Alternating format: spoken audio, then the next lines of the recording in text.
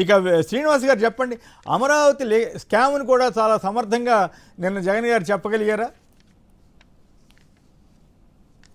Sir 100కి 100 Amaravati అనేది సరే దాన్ని ఒక సెంటిమెంట్గా దాన్ని ఏదో విధంగా బయట తీసుకెళ్ళడం అది వేరే విషయం పక్కన పెట్టుకుంటే కనుక ఆ నిర్మాణాలకి ఆల్రెడీ ఇప్పటికీ సచివాలయం ఉంది, మనకు అసెంబ్లీ ఉంది, హైకోర్టులు ఇవన్నీ ఉన్నాయి.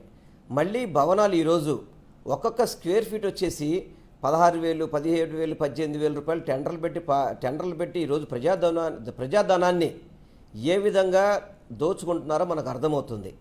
ఎందుకంటే అమరావతిలో నిర్మాణాలు ఆల్రెడీ ఉన్నాయి.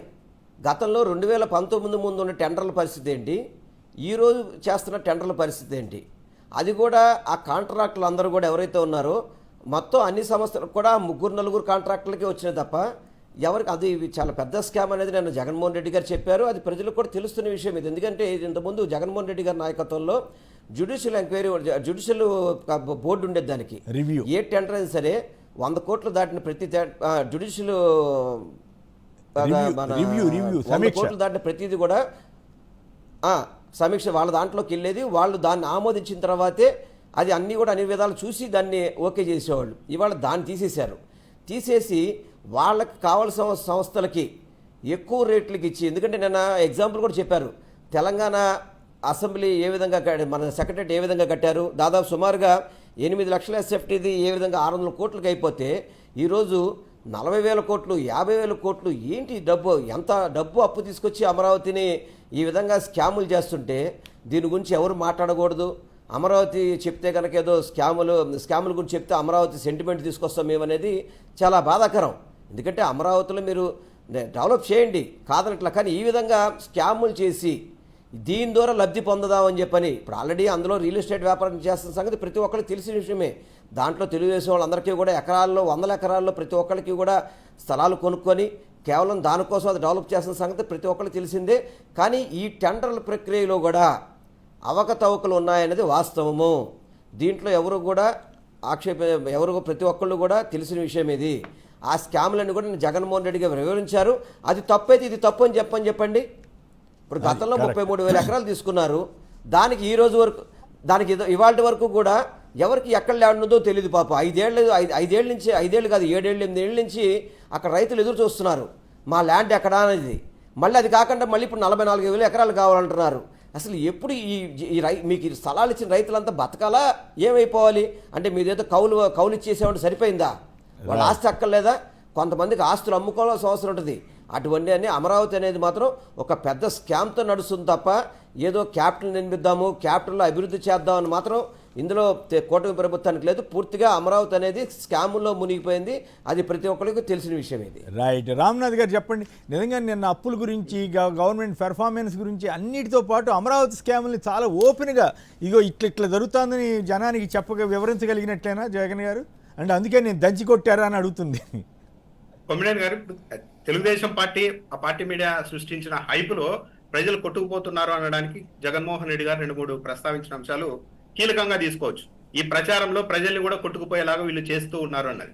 ఒకటి ఏంటంటే ఆల్రెడీ సచివాలయం ఉంది, హైకోర్టు ఉంది, అవేం రేకుల షెడ్ కాదు. వీళ్ళు వరకు టెంపరీ అన్నారు కానీ అవన్నీ మామూలు కాంక్రీట్ తో కట్టిన స్ట్రక్చర్లే. అవి ఉండగానే మళ్ళీ ఇప్పుడు దాదాపు 4,000 రామనాథ్ గారు చిన్న రామనాథ్ గారు ఈ సచివాలయాన్ని మొట్టమొదటి కట్టినప్పుడు టెంపరీ అనేది ఇప్పుడు చెప్పారు. ఆ తర్వాత ఇదే టెంపరీ అని చెప్పని మన వైసీపీ పార్టీ చెబితే కనుక వైసీపీ పార్టీ మేము ఆరోపణలు చేస్తే ఎవరు చెప్పారు టెంపరీ అని చెప్పని? ఇవే సచివాలయం పర్మనెంట్ అని చెప్పని చంద్రబాబు నాయుడు ఎంత ఆవేశంతో చెప్పారో మీరు ఒకసారి కొన్ని పాత వీడియోలు చూస్తే అర్థమవుతుంది. ఇదే పర్మనెంట్ సచివాలయాలు, ఇదే సచివాలయం, ఇదే అసెంబ్లీ, ఇదే హైకోర్టు అని చెప్పని కళ్ళు ఎర్ర చేసి చెప్పాడు ఆయన చంద్రబాబు నాయుడు గారు. కళ్ళు ఎర్ర చేసి మరి చెప్పాడా? ఇవి తాత్కాలిక భవనాలని చెప్పి మేము నష్టపోయినాం ఎన్నికల్లో అని కూడా చెప్పుకున్నారు వాళ్ళు. కరెక్ట్.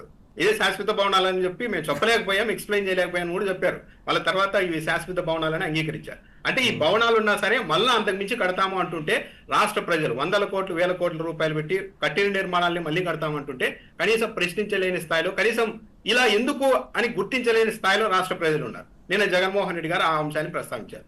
మళ్ళీ 5,000 ఎకరాల్లో ఇంటర్నేషనల్ ఎయిర్పోర్ట్ అంటున్నారు. గన్నవరం ఎయిర్పోర్ట్ కొమ్మినేని గారు అది అంతర్జాతీయ విమానాశ్రయం ప్రకటించారు కదా. అవును. మామూలుగా 150 కిలోమీటర్ల పరిధిలో ఒక ఎయిర్పోర్ట్ ఉండగానే ఇంకో ఎయిర్పోర్ట్ కి అనుమతి ఇవ్వరు. అవును. దాన్ని 100 కిలోమీటర్లకు తగ్గించాలన్న ఒక ప్రతిపాదన కూడా ఉంది. కానీ ఇక్కడ 40 కిలోమీటర్లే, అక్కడికి ఇక్కడికి డిస్టెన్స్ కేవలం 40 కిలోమీటర్లే. కానీ మళ్ళీ పక్కన మేము కడతాము అని అంటున్నారంటే ఏమనాలి? పైగా దాన్ని మూసేస్తామని చెప్తారేమోనండి, బహుశా దాన్ని మూసేస్తామని చెప్తారేమో. ఇంకా దాంతో పాటు కృష్ణా గుంటూరు జిల్లాలో కూడా మూసేస్తే, 2 నగరాలను కూడా మూసేస్తే, నీళ్లు మంచినీళ్లు కరెంట్ లేకుండా చేస్తే మొత్తం వాళ్ళు కూడా అమరావతిలోకి వచ్చేస్తారు కదా కొమ్మినేని గారు. ఇంకా అలా అనుకుంటేప్పుడు ఈజీ కదా ఇంకా అమరావతిలో జనాభా పెరగడానికి. అవును. వీళ్ళంతా ఎందుకు చేస్తున్నారంటే కేవలం రియల్ ఎస్టేట్ వ్యాపారం చేస్తున్నారు. మళ్ళా 5,000 ఎకరాల్లో ఎయిర్పోర్ట్ కోసం మళ్ళా 44,000 ఎకరాల భూమిని తీసుకుంటామని చెప్తున్నారంటే ఏమనాలి? మొన్న కొద్ది రోజుల క్రితమే ఒక కథనాలు రాసుకున్నారు.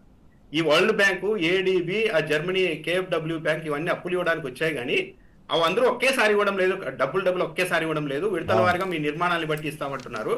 కానీ ఈ రోజున్న ఇదివరకు తీసుకున్న భూముల్లో డెవలప్ చేయాలి, ఈ పనులు అన్ని కావాలంటే 77,000 కోట్ల రూపాయలు ఖర్చు అవుతుంది. అంత అమౌంట్ లేదు. ఇప్పుడు 40,000 కోట్ల రూపాయలు ప్రభుత్వం నుంచి సర్దుబాటు చేయాల్సి ఉంటుంది. గవర్నమెంట్ దగ్గర కూడా అంత డబ్బు లేదు. కాబట్టి ఈ 40,000 కోట్ల రూపాయల కోసం అమరావతిలో ఉన్న భూముల్ని, ప్రభుత్వ వాటాగా వచ్చిన భూముల్ని అమ్మేద్దామని చెప్తున్నారు. రాశారు మొన్న పత్రికలు. అంటే ఇప్పుడు ఇనిషియల్ ఇదే భూమి అమ్మితే మొత్తం అమరావతి మీద పెట్టిన ఖర్చు అంతా వెనక్కి వచ్చేస్తుందని తొలి దశలో ప్రచారం చేశారు. మొన్న ఏం చెప్తున్నారు? ఈ కంప్లీట్ చేయడానికి కోసమైనా 40,000 కోట్లు కావాలి, ఇంకో 40,000 కోట్లు. ఆ డబ్బులు తీసుకోవడానికి ఉన్న భూములు అమ్మేద్దాం అంటున్నారు. ఇంకా ఉన్న భూములు అమ్మేసిన తర్వాత ఇక ఈ అప్పులన్నీ ఎవరు తీరుస్తారు కొమ్మినేని గారు? అంటే ఇది కంప్లీట్ గా ప్రభుత్వ ధనంతో ప్రైవేట్ వ్యక్తులు లాభపడేందుకు చేస్తున్న ఒక వెంచర్ లాగా, ఒక రియల్ ఎస్టేట్ వ్యాపారం లాగా ముందుకు వెళ్తోంది అనేది చాలా క్లియర్ గా అర్థమవుతోంది. అప్పులకు సంబంధించి కూడా అప్పులు నిన్న కూడా పయ్యావుల కేశవ్ గారు నిన్న కూడా ఏదో లెక్కలు చెప్తున్నారు, కాకి లెక్కలన్నీ కరెక్ట్ గా జగన్మోహన్ రెడ్డి గారు చూపెట్టారు. ఇదిగో ఇంత అప్పు, ఇంత మేం చేశామని. పయ్యావుల కేశవ్ గారు మాత్రం అలాంటిది ఏమి లేకుండా కూర్చొని నిరంతరాయంగా మాట్లాడుతూనే ఉన్నారు. మళ్ళా ఈసారి 15 లక్షల కోట్లు అంటే బాగోదు అనుకున్నారేమో, కానీ 9.5 లక్షల కోట్లు అని చెప్పి ఆ పెండింగ్ బిల్లు, కోడిగుడ్లది pending bill, fee reimbursement bill ఇవన్నీ చెప్తున్నారు.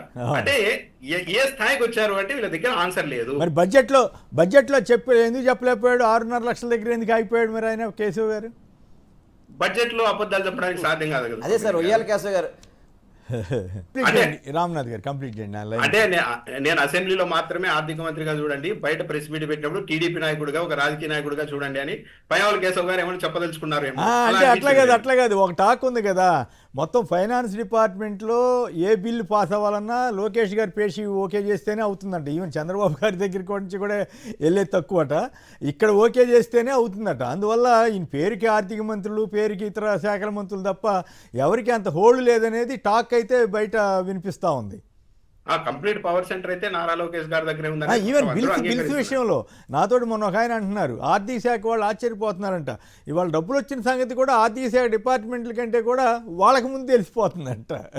అంటే ఈరోజు పవర్ ని, మనీని వేరు చేసి చూడలేని పరిస్థితి వచ్చేసింది కొమ్మినేని గారు. డబ్బులు ఉంటేనే పవర్ అన్న ఒక విధానానికి వచ్చేసాయి. కాబట్టి అసలైన కీలకమైన ఆర్థిక శాఖను, ఆ బిల్లులకు సంబంధించిన వ్యవహారాల్ని మిగతా వాళ్ళకు అప్పగిస్తారు అని అనుకోవడం కూడా కరెక్ట్ కాదేమో. కాబట్టి నారా లోకేష్ గారే దాన్ని లీడ్ చేస్తూ ఉంటారు. రైట్. అయితే మొత్తం మీద ఓవరాల్ గవర్నమెంట్ పెర్ఫార్మెన్స్ గురించి కూడా చాలా బాగా చెప్పినట్టు అనిపించింది. ఇఫ్ ఐఎమ్ నాట్ రాంగ్, మీకేమనిపించింది? మొత్తం ఈ ఏపీ గవర్నమెంట్ తీరుతన్నులని అన్నింటినీ, కాకపోతే అంత టైం తీసుకోవడం కరెక్టా కాదా అనే చర్చ ఉన్నప్పుడు కూడా ఆయన స్టైల్ అది 2.5 గంటల సేపు మాట్లాడటం కానీ, సో అన్ని విషయాలు ప్రస్తావించడం కానీ, ఆ గవర్నమెంట్ పెర్ఫార్మెన్స్ మీద ఇంక్లూడింగ్ రేషన్ షాప్ డీలర్లు, రేషన్ వాహనాల రద్దు, వీటన్నిటి గురించి మాట్లాడారు కదా, దాని గురించి కూడా కామెంట్ చేయండి. కొమ్మినేని గారు, ఇప్పుడు సామాన్య ప్రజలను అడిగినా సరే ఈ రోజు ఈ లిక్కర్ పాలసీలో ఏం జరుగుతుందంటే చెప్తారు. సార్, లిక్కర్ పాలసీలో రాష్ట్ర స్థాయి నాయకుడి నుండి తెలుగుదేశం పార్టీ వార్డు స్థాయి నాయకుడి వరకు అందరూ దీంట్లో బెనిఫిట్ అవుతూ ఉన్నారు. బెల్ట్ షాపులు, లిక్కర్ షాపులు, ఎమ్మెల్యేలకు వాటాలు, ఈ మొత్తం కలిపి పై వాళ్ళకు వాటాలు, ఇది నడుస్తోంది. ఒకటి ఉపాధి హామీ పథకాలు ఉన్నాయి. ఉపాధి హామీ పథకం అన్నది తెలుగుదేశం పార్టీ వాళ్ళకు పెద్ద పథకంలా మారిపోయింది. ఒక 100 మంది పని చేస్తే, ఒక్క రోజులో 100 మంది పని చేస్తే ఏకంగా 1500 మంది పని చేసినట్టు రాసేసుకుంటున్నారు. ఇవి బయట కూడా పడుతూ ఉన్నాయి. నిజానికి ఫీల్డ్ మీదకి అధికారులను కూడా రానివ్వడం లేదు. మీరు ఏదన్నా ఉంటే బయట మాట్లాడుకోండి, ఆఫీస్కి రండి, మీరు ఫీల్డ్లోకి వచ్చి చెక్ చేయాల్సిన అవసరమే లేదు, రాకూడదని బెదిరించే స్థాయిలో పరిస్థితులు ఉన్నాయి. ఎమర్జెన్సీ నడుస్తోంది ఈ రాష్ట్రంలో, అప్రకటిత ఎమర్జెన్సీ అని కూడా జగన్మోహన్ రెడ్డి గారు చెప్పారు. నిజమే కదా, హైకోర్టే చెప్పింది, డీజీపీ గారిని ఒక 6 సార్లు చెప్పింది, ఈ రాష్ట్రంలో ఏం జరుగుతుంది, మీరు ఇష్టానుసారం తీసుకెళ్తారా, అరెస్ట్ చేసి 3 రోజుల తర్వాత కోర్టులో ప్రవేశపెడతారా, ఏం జరుగుతుంది, డీజీపీని పిలిపిస్తామని చెప్పారు. ఇది ఇంకా ఎమర్జెన్సీ కాదా? ఇంకా ఒక వ్యక్తిని తీసుకెళ్లి 3 రోజుల పాటు బంధించేసి ఆ తర్వాత కోర్టులో ప్రవేశపెడుతున్నారంటే ఆ 3 రోజులు ఏం చేస్తారు? పోలీసులు తమ దగ్గర ఒక వ్యక్తిని పెట్టుకున్నారంటే ఏం చేస్తారు? ఒక రోజు బిర్యానీ, ఒక రోజు చికెన్ బిర్యానీ, మటన్ పలావ్ ఏం పెట్టరు కదా, ఏం చేయాలో అదే చేస్తూ ఉంటారు. అంటే ఇదంతా నిజంగానే ఒక అప్రకటిత ఎమర్జెన్సీ లాగా ఈ రాష్ట్రాన్ని. వీటితో పాటు ఇంకో కీలకమైన పాయింట్ మనం మిస్ అవ్వకూడదండి. చంద్రబాబు గారి టైంలో స్కామ్ ఎట్లా జరిగింది, ఫైళ్ల మీద ఎట్లా సంతకాలు పెట్టారు అనే విషయాలు కూడా జగన్ గారు చాలా స్పష్టంగా చెప్పినట్టు అనిపించలా? జగన్ గారు అదే ఒక ఛాలెంజ్ చేశారు, నా దగ్గరకు ఒక ఫైల్ వచ్చినట్టు కానీ నేను ఒక సంతకం చేసినట్టు కానీ నిరూపించండి చంద్రబాబు నాయుడు గారని డైరెక్ట్ సవాల్ చేశారు. అట్ ది సేమ్ టైం ఆ ప్రివిలేజ్ ఫీజు తొలగించడం కోసం చంద్రబాబు నాయుడు గారి హయాంలో క్యాబినెట్ అప్రూవల్ లేదు, ఆర్థిక శాఖ పరిధిలో ఆర్థిక శాఖకు తెలియకుండా నోట్ ఫైల్లో డైరెక్ట్ గా ముఖ్యమంత్రి హోదాలో చంద్రబాబు నాయుడు గారే సంతకం చేశారు. అది చూపించి ఇది నిజం కాదా, దీనికి సమాధానం చెప్పంటే తెలుగుదేశం పార్టీ దగ్గర సమాధానం లేదు. తెలుగుదేశం పార్టీ పక్కాగా లిక్కర్ స్కామ్ కు పాల్పడింది అన్నది ఆ ఎవిడెన్స్ బట్టి చాలా స్పష్టంగా అర్థమైపోతుంది.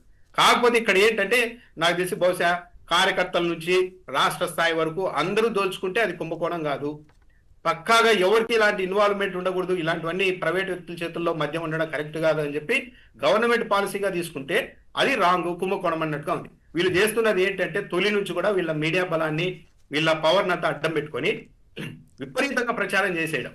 రైట్. సాధారణంగానే రాజకీయ నాయకులు అన్నాక అవినీతి చేస్తారేమో అని ఒక ఆలోచన ప్రజల్లో ఉంటుంది, దాన్ని క్యాష్ చేసుకుంటూ జగన్మోహన్ రెడ్డి ఇదిగో 1000 కోట్ల స్కామ్ కు పాల్పడ్డారని చెప్పేసి 1కి 10 సార్లు చెప్పి చెప్పి చెప్పి నమ్మించే ప్రయత్నం చేస్తున్నారు, కానీ ఆధారాలు చూపెట్టండి అంటే మాత్రం మాట్లాడటం లేదు. పైగా నేను చెప్తున్నారు 5 కంపెనీలకే జగన్మోహన్ రెడ్డి మద్యం అంతా ఇచ్చారని. అది కాదు, తెలుగుదేశం పార్టీ హయాంలోనే 5 కంపెనీలకు 69% ఆర్డర్లు ఇచ్చారని జగన్మోహన్ రెడ్డి గారు నిన్న ప్రూవ్ చేసి చెప్పారు. మరి దాని మీద మాత్రం స్పందించరు. వీళ్ళు ఆల్రెడీ అప్పటికే సిసిఏ దగ్గరికి వెళ్ళారు, మాకు అన్యాయం జరుగుతోందని తెలుగుదేశం పార్టీ వాళ్ళు వెళ్ళారు. వెళ్తే మొత్తం ఆ పాలసీని ఎవరికి ఎంత లిక్కర్ ఆర్డర్ ఇచ్చారు వైసీపీ హయాంలో అన్నది అంతా పరిశీలించి సిసిఏ దీంట్లో ఎలాంటి తప్పు లేదు అని చెప్పి తీర్పు ఇచ్చింది. ఇది నిజం కాదా, దాని గురించి మాట్లాడరు. మళ్ళీ ఈ రోజు కూడా అదే రాసుకుంటూ వచ్చారు, కొందరికి ఆర్డర్లు ఇచ్చారు అని.